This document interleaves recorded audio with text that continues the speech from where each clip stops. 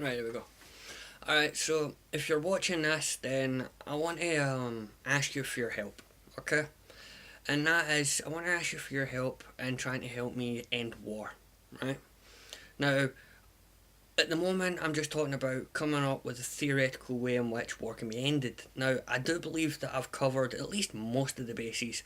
However, I have this irritable feeling that I'm missing something and I can't quite put my finger on it.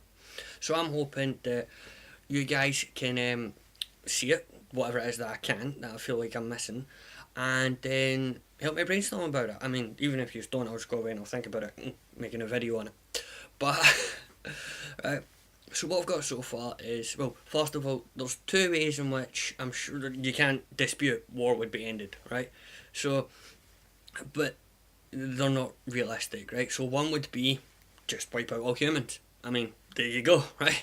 When was the last time you heard about dogs commit or starting a war with, I don't know, coyotes, you know? Or with another, one breed of dog declaring war on another breed of dog, you know? It just doesn't happen. It's a human thing for whatever reason. Anyway, like I said, that's not going to happen, right? That's far-fetched, unrealistic. The other unrealistic end would be the fact that everyone just gives up their weapons. So we got to meet somewhere in the middle. So the way that I see the middle being is if we move from a national military or national militaries to eventually continental militaries, and then from continental militaries to one global military. Now, this global military would have a governing body. You would, I figure you need to have some kind of test, you know, like an exam test, whatever you want to call it, in order to be eligible for this position. I believe this test would have to consist of kind of like morality questions, you know. So, for example, given the situation in Syria, right?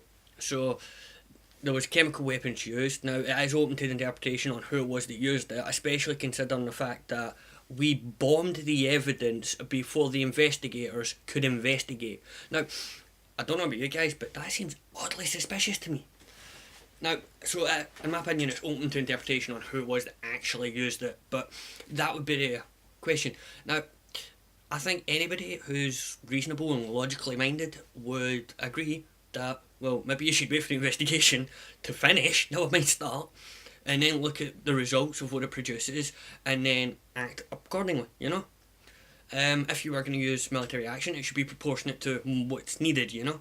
So I mean, you wouldn't have like 2 million soldiers all invade Syria, you know?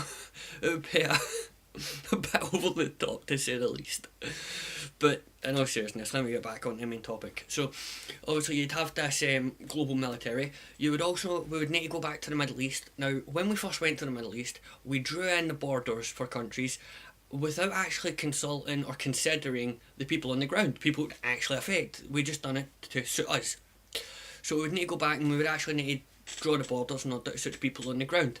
This would help to reduce and eventually negate the conflicts in the Middle East. The same thing would have to be done with Africa. What you would do with, say, Israel and Palestine is you'd be like, right, listen, you'd have two choices here. You can either go back to the 1946 borders, and you can both sign it right now, or whatever side doesn't want to agree with it gets gone. Like, you're no longer a country anymore. You know, that would be the only two ways, and I mean, I'm not actually hoping for the second part. I'm actually hoping that that would be enough of a deterrent that they would just go straight for the first one. And if you'd already agreed, which they wouldn't specifically for this reason, but if you could get them to agree to it, if you've got a global military first, then what alternative have they got? But with one global military, you could then actually do away with nukes, chemical weapons, biological weapons. I mean, the fact that it isn't already just goes to show how difficult it is to actually get people, governments, to agree not to end the world, you know? That's the thing. Some of the smartest people that have lived have said that because we have so many nukes, we are living on borrowed time. It is just a matter of time before we get some crazy person who actually uses them. Now, most people, their first finger would point to someone like Kim Jong-un. No. Your finger should be pointing towards Putin and Trump. Those are going to be the first ones that are going to use them, in my opinion, anyway. However, I digress. But yeah, that's what I have so far. But like I said, I feel like I'm missing something. I don't quite get what it is. So I would appreciate not just your help, but if you could share this video, we get as many people as we can involved in it.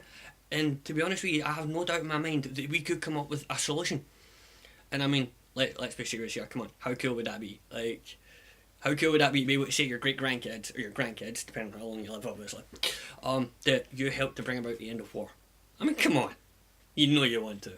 Anyway, whether you do or you don't, whether you like the video, whether you get thumbs up, thumbs down, either way, thanks for watching if you stayed to the end, and if you didn't, you miserable fucker. No, but yeah, that's it for me. I hope to hear from you. Leave a comment or message me if you've got me on Facebook, whatever, and yeah, we'll spitball ideas, we'll try and come up with a solution. Alright, thank you.